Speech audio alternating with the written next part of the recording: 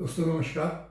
मैं नीलम कुमार सिंह आज आपसे गुलामी के बारे में बात करना चाहता हूँ। अधिकांश हम लोग जो बात करते हैं तो गुलाम पीरियड, 1947 से पहले की गुलामी, इन सब के बारे में बात करते हैं। लेकिन गुलामी है क्या चीज़ और गुलामी क्यों आती? अगर हम इस पर विचार करें तो हम सामान्य भाषा में कहें तो हमारी स्वतंत्रता के ऊपर जब प्रतिबंध लगता है तो गुलामी हो जाती है। अब उसका लेवल क्या है, उसका स्तर क्या है, इस पर निर्भर करता है कि किसको हम गुलामी मानेंगे, किसको हम व्यवस्था मानेंगे। हर व्यवस्था कहीं ना कहीं किसी न किसी रूप में गुलामी को जन्म देती है। तो वैसे गुलामी जो है वो पर्शियन शब्द है और पर्शियन शब्द में गुलामी का अर्थ होता है जो बंधन में हो। सॉरी, मैंने गलत बोल दिया। गुलामी जो है अरबी का शब्द है जिसके माने होते हैं अधीनता, पराधीनता, स्वतंत्रता का प्रतिबंध होना। अब सवाल उठता है कि स्वतंत्रता भी दो तरह की होती है, एक व्यक्तिगत स्वतंत्रता है और एक सामाजिक स्वतंत्रता है। अब व्यक्तिगत स्वतंत्रता और सामाजिक स्वतंत्रता दोनों में हमें कहीं ना कहीं बैलेंस करना पड़ेगा। अगर व्यक्तिगत रूप से हम स्वतंत्रता पर विशेष ज़्यादा ध्यान देते हैं तो वो सामाजिक स्वतंत्रता के ऊपर प्रभाव डालता है। अगर हम सामाजिक स्वतंत्रता को ज़्यादा ध्यान देते हैं तो वो हमारी व्यक्तिगत स्वतंत्रता में व्यवधान डालता है। उदाहरण के तौर पर हम मान लीजिए किसी अपार्टमेंट में रहते हैं और हमें रात को म्यूज़िक सुनना अच्छा लगता है और हमारे पड़ोसी को रात को म्यूज़िक सुनना अच्छा नहीं लगता। और सामान्यतः होता भी है कि रात को लोग म्यूज़िक नहीं सुनते और रात को सोने का समय होता है, ज़्यादातर लोग सोते हैं। लेकिन अगर हमें अच्छा लगता है तो हमारी व्यक्तिगत सुनता है, हम रात को सुने, दिन को सुने, कभी भी सुने।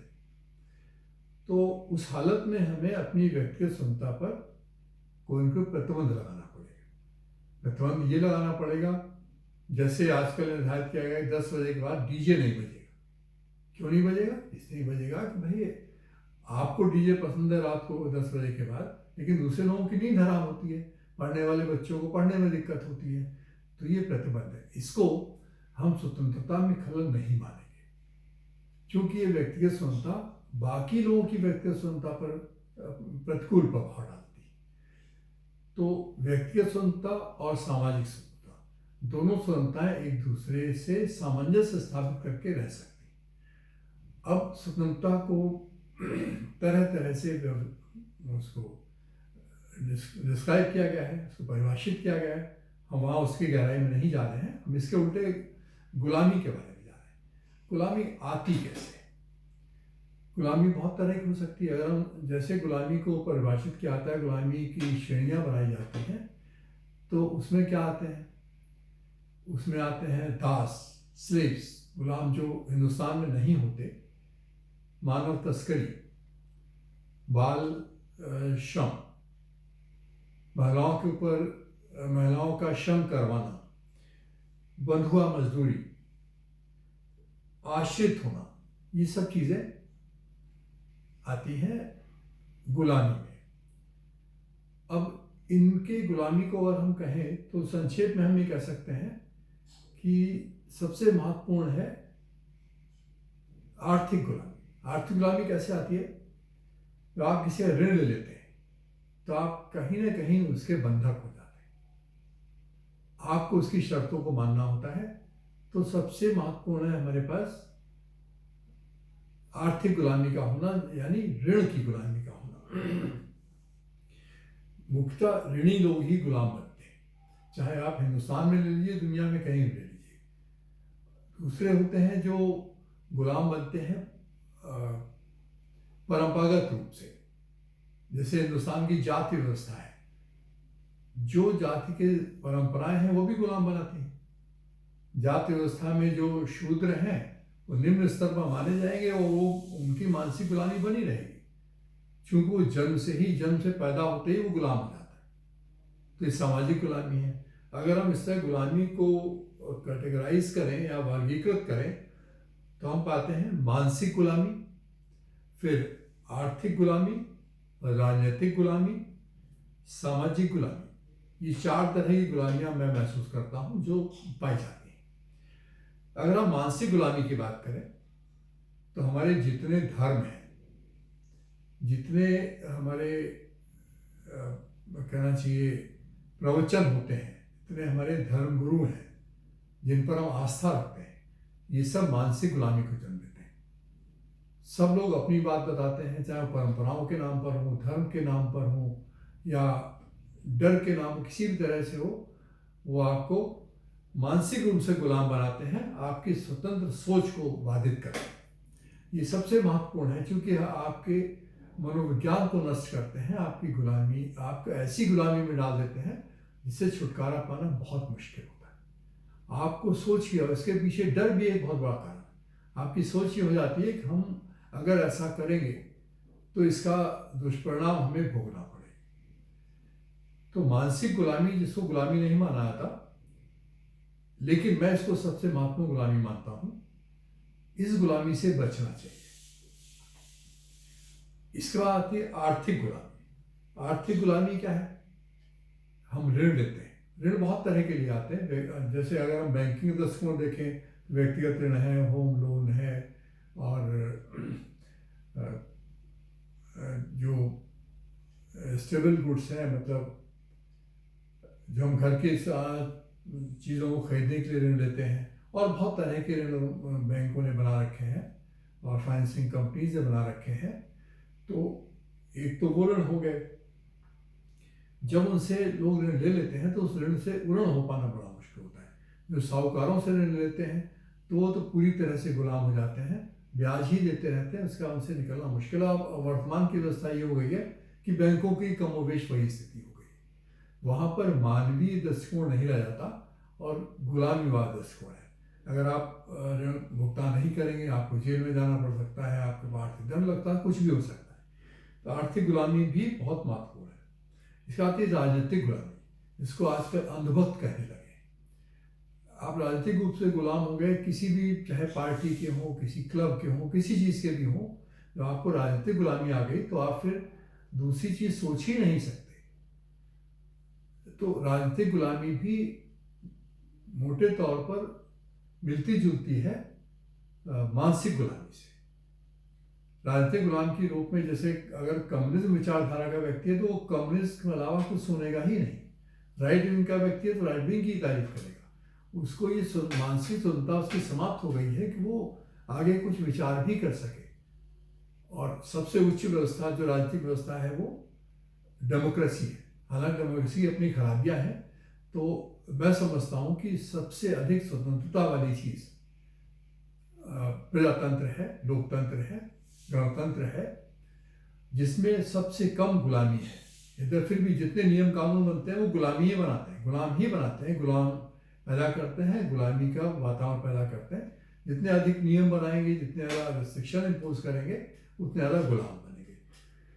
सामाजिक गुलामी, सामाजिक गुलामी मैंने बताया कि समाज में हमने ऐसा वाटर टाइट कंपार्टमेंट बनाया हुआ है कि जन्म से हम जहाँ पैदा हो गए वो गुलाम होते चले गए। अगर ब्राह्मण पैदा हुए हैं तो ब्राह्मण ही रहेंगे, क्षत्रिय पैदा हो क्षत्रिय रहेंगे, उसके बीच में जातियां बन गई। ये भी वाटर टाइट कंपार्टमेंट है, हमसे आप निकल ही नहीं सकते। तो ये भी एक मानसिक गुलामी का हिस्सा है, लेकिन इसको एक अलग तरह से, जो वो समाज का हिस्सा है, इससे हम इसको सामाजिक गुलामी का नाम देते हैं। अगर हम पूरे दुनिया में कुल गुलामों को माने, उसमें सभी तरह के गुलाम आ जाते हैं, तो वर्ल्ड बैंक के हिसाब से, मतलब इंटरनेशनल लेबर ऑर्गेनाइजेशन के हिसाब से पूरी दुनिया में 2.1 करोड़ गुलाम हैं। इसका ग्लोबल स्लेवरी ऑफ इंडिया की रिपोर्ट के मुताबिक हिंदुस्तान में 1.4 करोड़ गुलाम हैं और पूरी दुनिया में कुल 3 करोड़ गुलाम हैं। तो आप सोचिए, हमारे देश में गुलामों की संख्या सबसे ज़्यादा है। ऑस्ट्रेलिया की एक संस्था है वॉक फ्रॉम फ्रीडम, जो बंधुआ मजदूरी, मानव तस्करी और जबरन शादी करने को सबसे बड़ा महत्वपूर्ण बंधन और गुलामी का कारण मानते हैं। तो हमें इन गुलामियों से बाहर निकलना है। अब अगर हम आर्थिक गुलामी की बात करें तो आर्थिक गुलामी में एक ये भी गुलामी आ जाती है, जैसे गन्ना किसान हैं। मेरे व्यक्तिगत विचार से किसान चीनी मिलों के गुलाम हो गए। चीनी मिलों के द्वारा ये आवंटित कर दिए कि कौन कौन से गांव के गन्ना किस मिल में बेचा जाएगा। वहां पर वो जाकर बेचते हैं, उनको पर्ची मिल जाती है। जब तक उनका भुगतान नहीं होता वो बेचारे चक्कर लगाते रहते हैं। वो चीनी मिलों के गुलाम बन गए, क्योंकि जबकि नियम यह है कि 14 दिन में भुगतान हो जाना चाहिए। तो उनको आर्थिक रूप से गुलाम बनाया गया है, इसीलिए कि वो उनके अंडर में हमेशा बने रहें, उनके मुताबिक काम करते रहें। ये बहुत बड़ी आर्थिक गुलामी का कारण है। और इसमें मैं संक्षेप में कहूँ तो कह सकता हूँ कि जो ऑर्गेनाइज्ड एग्रीकल्चर है वो भी आर्थिक गुलामी का स्वरूप है। गुलामी कैसी भी हो सकती है। गुलामी के 3 मुख्य कारण हैं: आवश्यकता, अभाव और तीसरा भय अथवा डर। डिक्टेटर से तानाशाह जो बनते हैं वो गुलाम ही बनाते हैं, पूरे देश को गुलाम बनाते हैं तो तानाशाह हो जाते हैं। पूरे देश को गुलाम बनाने के लिए सबसे बड़ा कारण होता है भय। इतना भय पैदा कर देते हैं, चाहे वो किसी माध्यम से भी हो, कि वो गुलाम की श्रेणी में आ जाते हैं। जिस तरह से हम गुलामी को जन्म देते हैं, हम अभाव से भी गुलामी को जन्म देते हैं। अभाव में मान लीजिए मूलभूत आवश्यकता किसी की पूरी नहीं होती है, मूलभूत आवश्यकताओं का अभाव है उसके पास, भुखमरी है, तो भुखमरी क्या करेगी? भुखमरी मजबूर करेगी क्राइम करने के लिए। वो समाज के प्रति भी हो सकता है, मानसिक दशा बिगड़ सकती है, व्यक्ति के विरुद्ध भी हो सकता है। लूट मार, चोरी, डकैती और बलात्कार, जिस तरह के भी अपराध हैं, वो सारे अपराध कैसे पैदा होते हैं?